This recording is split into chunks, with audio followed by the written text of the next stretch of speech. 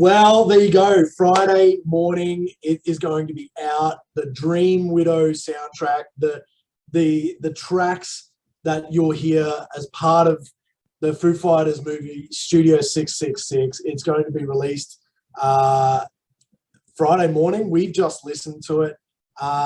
We've been given the rundown by the label, and we've heard it track by track alongside all of Australia's heavy music media. And we've been given the rundown that it's not a Dave Grohl solo record. It's not a Foo Fighters record. Yep. It is a Dream Widow record, which is the fictional band within the film. And holy smokes, it's an absolute burner. It really goes hard in the paint. And we experienced it alongside all of the other heavy media in Australia, and the chat was absolutely going off. It was fucking amazing. That was I think that really added to the experience for me. Yeah, it was like low-key the best part.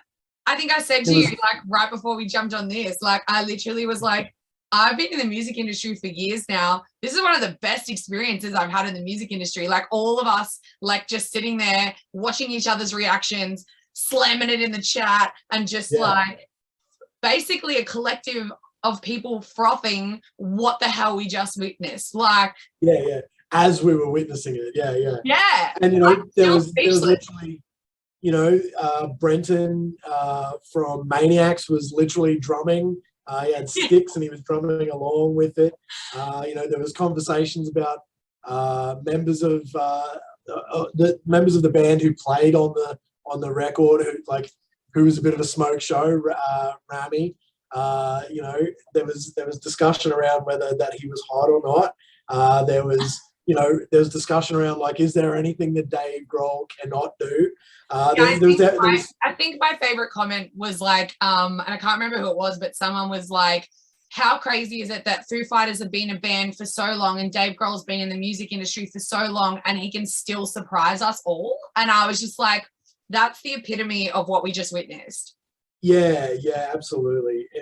There was a lot of, and I think someone even said, like, that this guy still thinks and says that he's not a good singer and he's not a good musician and all of this sort of stuff. He really plays down his skills and his... you can hear it in some of the tracks, and I know we'll get to it, but some of the tracks are completely him. It's like guitar, drums, vocals, like absolutely everything. And you're like... And only him. You're like, I'm sorry, dude. How are you not one of the greatest musicians of our time? Like... Oh, look, he is. Like... But isn't it so nice that he's so humble at the same time? Yeah. I mean, say what you want about Foo Fighters. They've ridden the wave over, I'm guessing, nearly 30 years now. And, you know, they've ridden the wave of different styles and eras and genres and all of that sort of stuff. And I mean, like, and then you take it back a step and he was in Nirvana as well. And, you know, like, as a drummer, and I loved. There's something I saw just recently. It was like footage of Kurt Cobain and Chris Novoselic both saying about the first time they saw him playing a guitar, and they were like, "Oh, Jesus Christ, is he better guitarist than both of us?" Like they didn't even know he played. They caught him backstage, like, strumming. And they're like, "Oh, come on. Really? This dude's our drummer and he's a better guitarist than both of us as well." Leave some talent for the rest of us. Yeah. But also, like, this, you know, him sort of taking the lead and being, like, the only musician on most of the tracks, or a bunch of the tracks at least, it kind of, like, takes it right back to the first Foo Fighters record as well, in that. Yeah. And, you know, he's got the little flack over the years for, like, he actively re-recorded parts on, you know, that he wasn't happy with from ex-members of Foo Fighters and that sort of stuff. Actively went and re-recorded it because he wasn't happy and that, whatever. He's obviously let the reins go a little bit, you know, of control, go a little bit more over the years. But this is obviously a real passion project for him. 100%.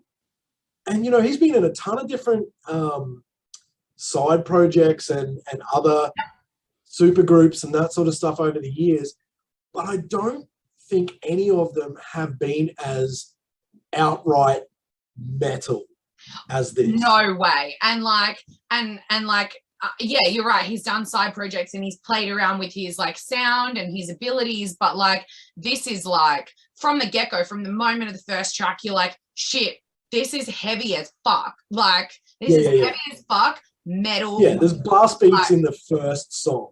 Yeah.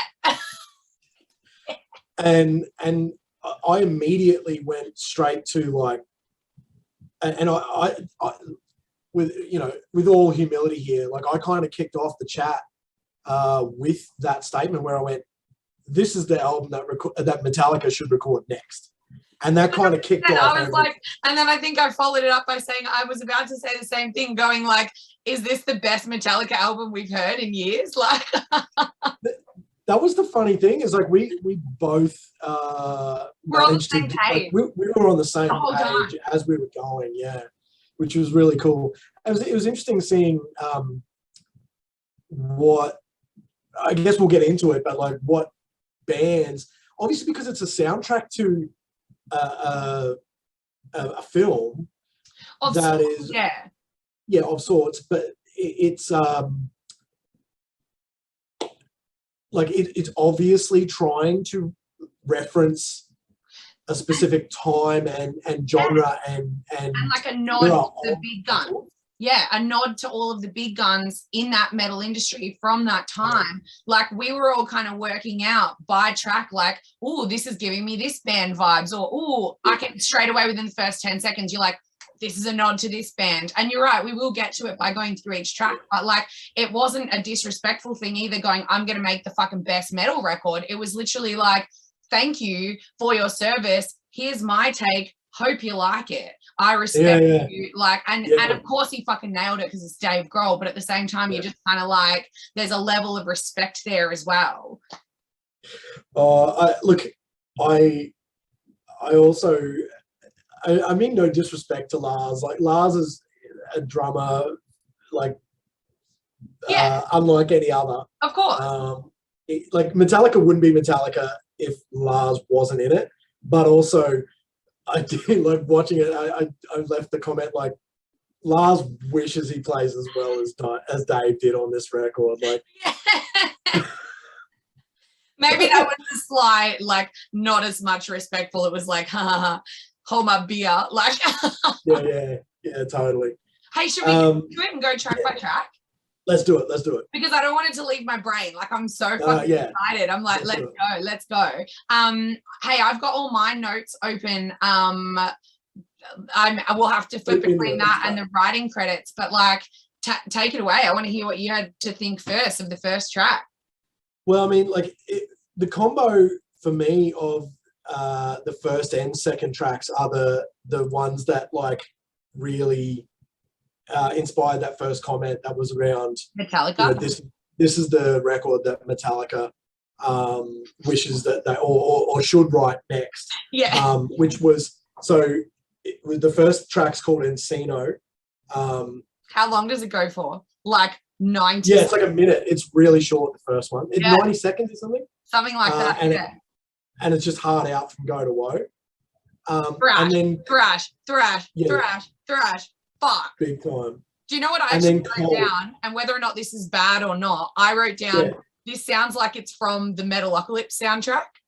Because it's just like, fuck, like, and we all, every single person, like all 30 people on this, I had it in gallery view and every single person just went. Yeah. It was. I mean, he did prep us for that as well, though. Like, he did. The label guy, but I don't think that you could be prepped enough. Like, no, not at all. And then the second track is called Cold, which my notes were, it's rad, but it felt like it went a little too long. Oh yeah, yep. Like I felt like by the 4-minute mark, I was like, okay, like I get the point on this song. Yeah, I know that the label team called out that this track was kind of like, not that there's going to be yeah. singles or anything, but they definitely called out that this was kind of like the feature track from the EP. So for, especially, you're right, for a single, like I think I've got here that it went for like 4 minutes 20 seconds. Sorry, 5 minutes 20 seconds, and for a single, you're like, that's quite long. Like that you'd find it hard to sort of get that on radio. So I wonder if there'll be a reduced version or something like that. Maybe, yeah, maybe. I did find that, yeah, like at one point they sort of went back to another verse, and I was like, oh, okay. Oh, this is feels like it should be wrapping up by now. Yeah. And not that like long is bad, because certainly by the end, the last two tracks are like, oh, we're going to get to that. Each. We're going to get to that. Yeah, and those certainly didn't feel too long. No. But this one kind of did. I think that the ones, and I know we'll get to it, but I think that the ones that are longer at the end of the EP, they change tempo and change genre a little bit, whereas this was like 5 minutes of kind of like the same song. But what I do love about it, and one of the notes that I took down was when you're actually listening to the lyrical content, he's very, and this will make sense to a lot of people that have watched Studio 666, where, and maybe, sorry to like rant on and do a ramble, but I promise it's all relevant. I know in the film, they go into this studio. Dave essentially gets possessed by this demon of an old band, which is called Dream Widow. So that's like, it's all kind of full circle, right? And then he kills all the members of the band. Spoiler alert. Sorry, I probably should have said spoiler alert, but that's the thing. This song, in the like the lyrical content, when you're listening to it, it's very clear that he's singing as the possessed character. So he's possessed Dave Grohl, which is really interesting. The lyrics I've got is like, I don't want to wake up. It's like he's happy to kind of stay possessed. And then he the rolling chorus is like, red blood flowing cold, black heart going cold, dead skin going cold. And he's like, he's coming from this place of, he's like, I'm possessed, this is what's happening. And I love that is why it's kind of the feature track. It does have like lead song energy for sure. Yeah, absolutely.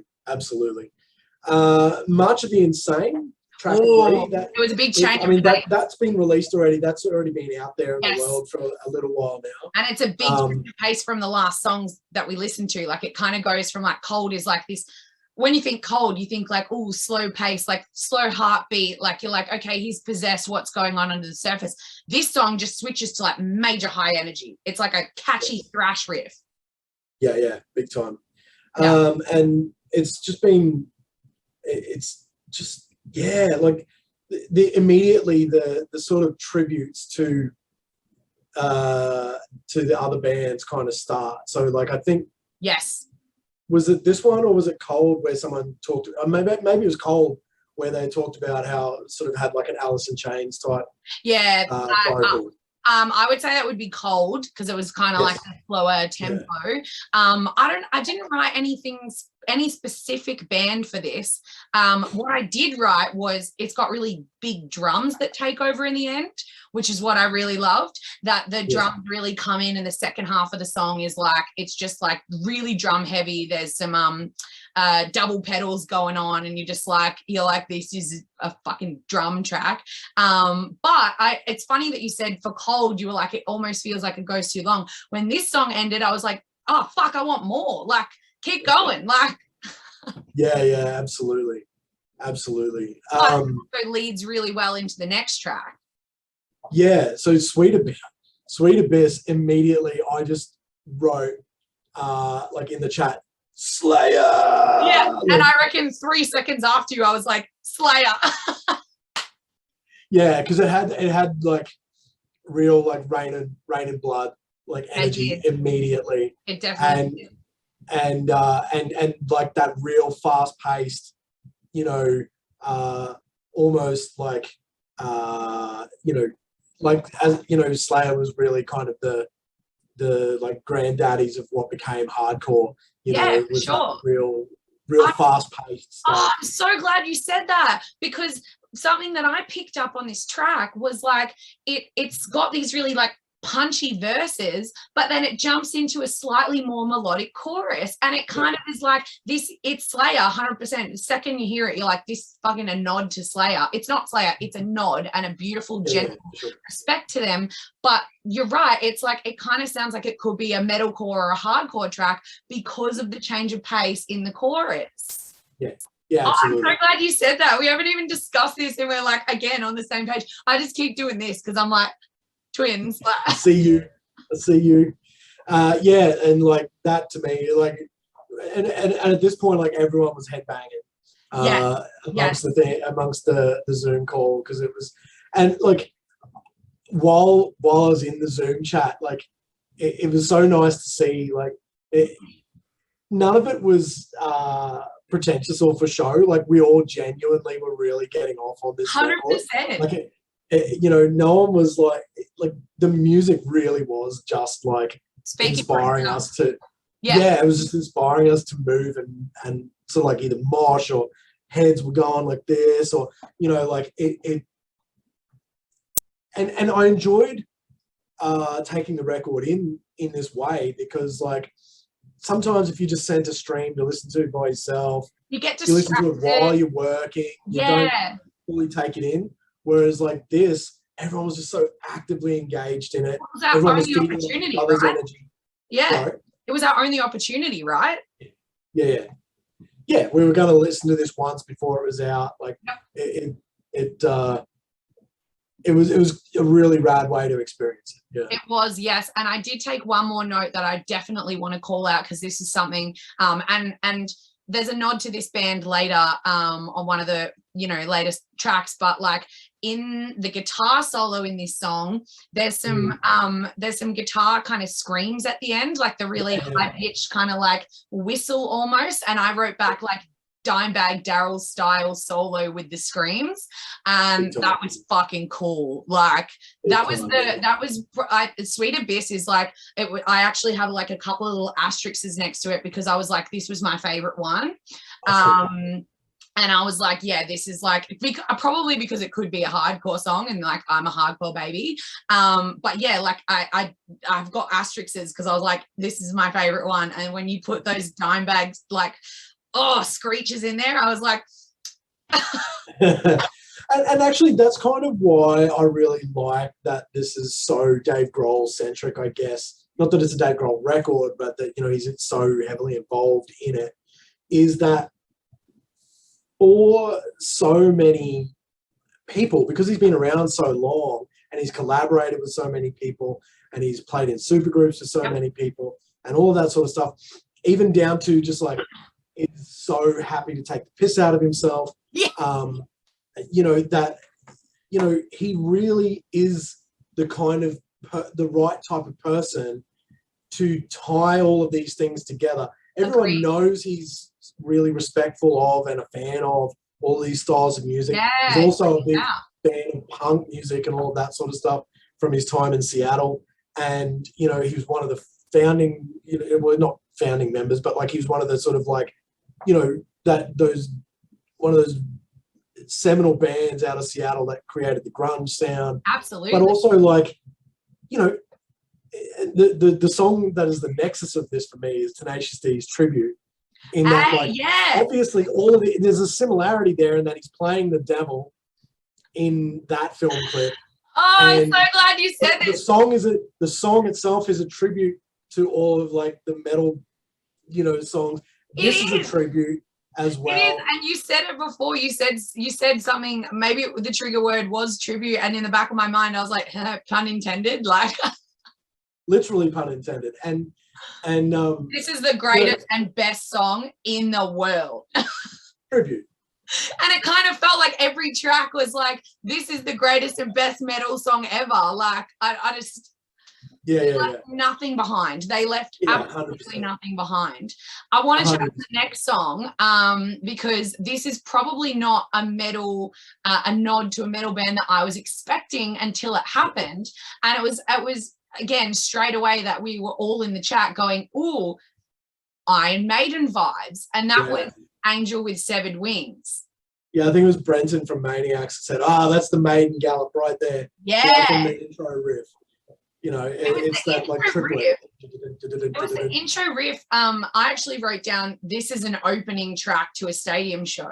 This is the everyone, like literally, it's like a stadium show. You're there to see Maiden. The first song that they come and play on stage is this fucking track, right? And then I also wrote, this solo could literally be on a Maiden album. But it was the repetitive bridge with the 3 overlapping vocals for me that gave it real metal, Iron Maiden vibes, because obviously they're known for their vocals, right? And Dave, well, I know we touched on it earlier where Dave has said, I'm not a vocalist, but mate, when you're doing like a metal type vocal, like a hard rock kind of vocal almost, you're harmonizing over the top, and then in the background there's a guttural scream, you're like, bro, you're a fucking vocalist. Like, but it was the vocal part of it for me that was the real big nod to Maiden, because like, come on, it's incomparable. And I, that's the point at which that I brought up in the chat as well. Is like, hey, can we just like acknowledge here just the literal number of styles and tones and, you know, variety of sounds that we've got just from Dave Grohl's vocals alone. And 100%. we were like 4 or 5 tracks in at that point, and I was just like, this, like, what? he's yeah, like all those bands we just named, he's done something in the style already, and nailed all of them. Like none of it ever felt like forced or like it was falling flat in any way. Like it was nailing every time. Yeah. And as a vocalist, I can't fucking do that. No, and I mean you can imitate, band, like sing it, but you know you just not like if you no, like you can do that, and you can come off sounding like a cover band. Absolutely. And not one moment of this was it a cover. Like no, like there's, like I said, there are certainly moments that, like, and they were instantly identifiable as like, okay, that's Slayer, that's Maiden, that's Pantera, that's this, that's that. But none of it ever felt like a cover band or a tribute band or anything like that. It was just a gentle, respectful nod. Yeah, and came from, and that's also why I think Dave Grohl is the perfect person to be the center of this, because of the respect that he has for all of that sort of stuff. And like I said, like, say what you want about how pop they've gone over the years and how light and acoustic and, you know, with orchestras and with, you know, he's done just about anything. Where the trend goes, right? And you said before, they really roll with the raves and ride the waves onto like what's coming next, what's doing well in the industry, and they've been able to adapt but stay relevant and stay Foo Fighters. Yeah, I mean, you look at over the years, like, you know, they've released heavy songs over the years, and everyone knows the man can scream. Yeah, but that's the beauty of Foo Fighters, like that he can scream. Like he even says it himself, "I scream balls," right? So, but like he got on a t-shirt, just Dave Grohl's face that says "I scream balls." He literally says that, but but it's in such a way that's like the mainstream, like, you know, casual listener isn't turned away from that. Yeah. He's like, and I guess this is what metal people get like about, is that it's digestible. Yes. You know, like you get gatekeepery about it. It's digestible. It's like, oh yeah, anyone could get into that. So fucking what? There's a, you know, there's a reason why Metallica's Black was so big, because it was accessible. Yeah. There's a reason why the Foo Fighters broke through. It's accessible, but they've not lost, you know, and so this is why I love that they made this metal record. Like 100%. Yeah. We're honestly like we're not worthy in a way. No, absolutely not. Next track. Absolutely. Next track. This is so funny. Like, "Come All Ye Unfaithful" is the next track. I wrote like 10 notes for each song. I wrote one note for this song, one singular note that says, "Damn, this track is catchy." Yes, I literally wrote nothing about this track because like, do we need to write anything else? Like, it's like I feel like that almost speaks for itself. I was just like right in it. I was like right in the pocket, enjoying the fuck out of it. And then I was like, on to the next track, I guess. I think we were slamming the chat at that moment too. So like, no, like everyone was listening, but no one was taking notes because we're all just like, fucking A, like. Yeah. And so I guess we find ourselves at the last two tracks, which are like both 10 minutes plus. Yes. Well, Becoming is about 7 minutes, I think. And then, yeah, I don't even know. Yeah, it's about 7 minutes. It says brutal screams coming in to open up the 7 minute track. Yeah. Yeah. They're both long. It starts with some brutal screams, according to my notes. And I wrote, "This is a Pantera nod, 100%." And someone replied to me and said, "Yeah, it's giving me This Love vibes." Mm. Yeah, I was thinking Cemetery Gates. Yeah. Oh, yeah. What a track! It's got those guitar squeals I was talking about earlier, right? I'm Dave Grohl, like. Yeah, absolutely. And I that also real wail that it had.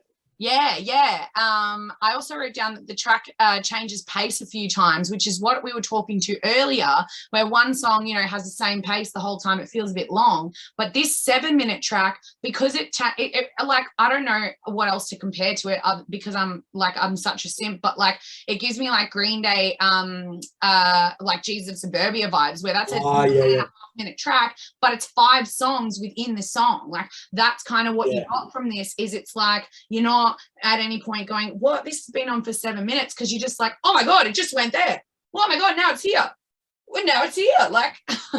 While we're on the topic of Green Day, real quick, we should definitely do a video at some point around Green Day's, if you're such a big fan, we should do a video about like their catalog, because their last couple of records have been totally terrible, and we should like get into that. They've done some amazing things. I have no comment to that. As someone with 5 Green Day tattoos, I have no comment to that. So let's move on to the 10 minute track.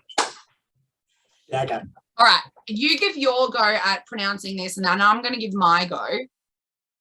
I wrote it down incorrectly to begin with because I was like squinting. Like, what does that say? But so I wrote down Lacrimus del Ebrius, but it's Lacrimus Day. Yeah. Ebrius. Lacrimus Day Ebrius. Yeah. Now, I haven't seen the film, but everyone was like, oh, this is a song from the film. And what I was then able to like go and figure out. So it's called the song? Yeah. So what I was able to figure out is like in the studio, they're recording riffs, and that's what's in this track. Yes. Right. Yeah. Because the like they played in the movie, but what's played is not Foo Fighters members playing this song. This is this is like the band that has the members that possess Dave Grohl, that band. Yeah. Okay. Now this song goes for 10 minutes and 20 seconds. Yeah. How long did it feel like it went for? About a half an hour. It felt like it went for about a half an hour. I was going to say, like in such a good way. Yeah, I was going to say it felt like it went for like 2 minutes, because kind of what I was talking about with Becoming is it's like it changes pace the whole time, so you kind of like kept on your toes a little bit. Yeah, I felt like it went for half an hour because I just lost all sense of time and 2 days later he awakes. And perception. Like it was just like there was moments in there. Like I brought up Cradle of Filth in there that really felt like some. I read that down too. There was like real shoegaze kind of stuff in there as well. Yep. There was proggy bits in there. There was like huge proggy bits. Yeah, and it was instrumental, right? Correct me if I'm wrong. Completely instrumental. There was not a single vocal. And you know what's an interesting note that I wrote, and you're probably going to roll your eyes at this, but hear me out. The way this track progresses is what I imagine if you're at like an EDM festival and there's like a 10-minute song that the beat keeps dropping, and you're just like, it just keeps going. You're like, yeah, the beat drops. And then you keep dancing and you get into the zone, and then the beat drops again. That's kind of what I felt like. This is like a metal version of that, right? Where you're like, you're getting into the groove and you're like, yeah, okay, this is sick. Boom, changes pace, beat drops. It's heavy as fuck, starts to level out. You're like, yeah, I'm loving this. Have a little bit of a dancey vibe. Here we are again. Beat drop. Like, do you know what I mean? Well, like all I can say is that at least it's satisfying.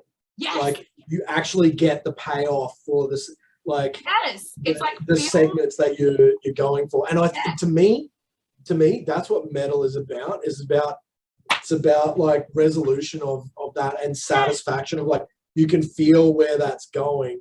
You can feel it like where you're expecting a certain I kind of drop felt or like a fill or a solo, and like it gives you that resolution. It actually resolves for you and gives you that satisfaction before like, and I think it was during this song that I said the most telling part of this entire experience is that like when you're watching everyone's faces in the Zoom, in the, like you said, what's a gallery view? Yes.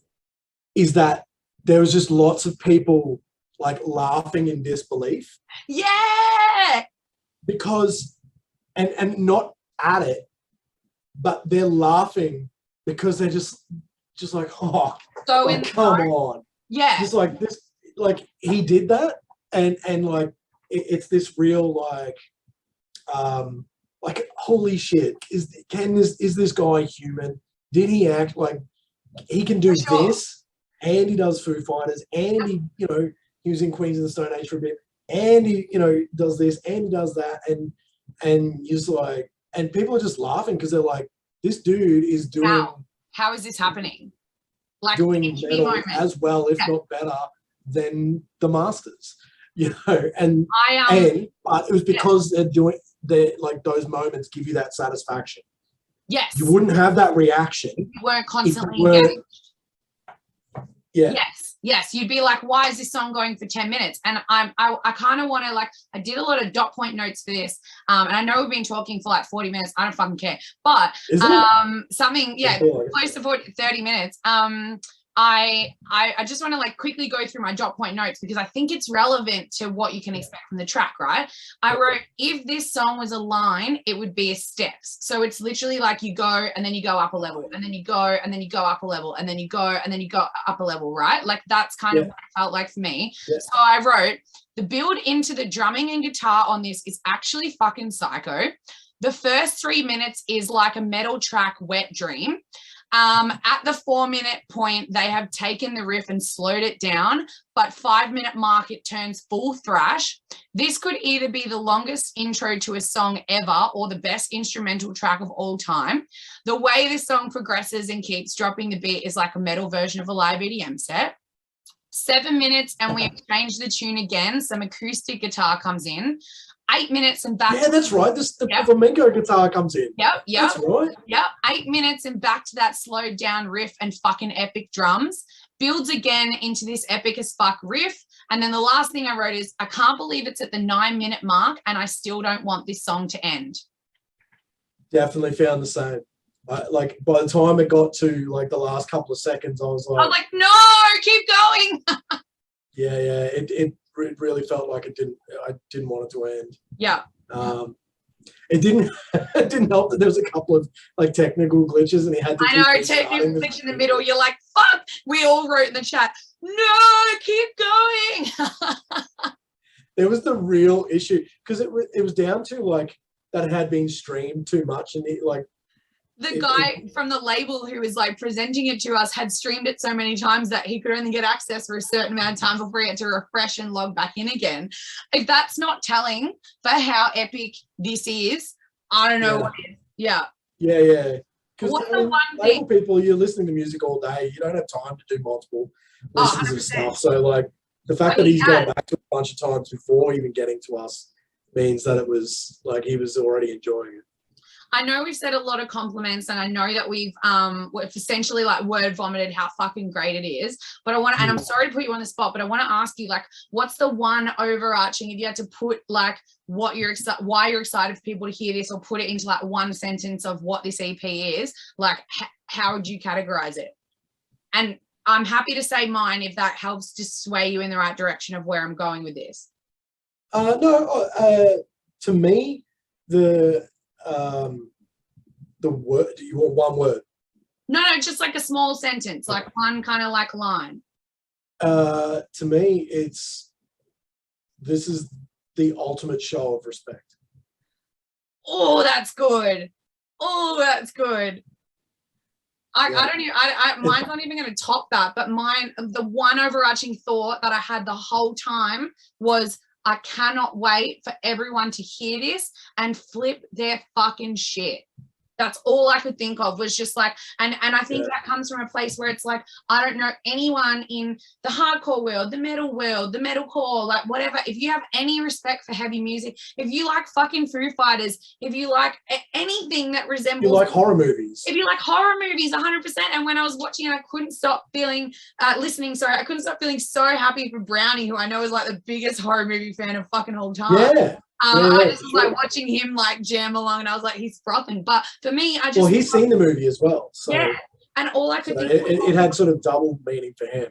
Yeah, all I could think the whole time was like, anyone who listens to this is gonna love it, and that's why I'm like, my one sentence is, I cannot wait for everyone to hear this and flip their shit, because like, I don't imagine, I can't imagine anyone who likes any kind of great music listening to this and going, well, that sucked.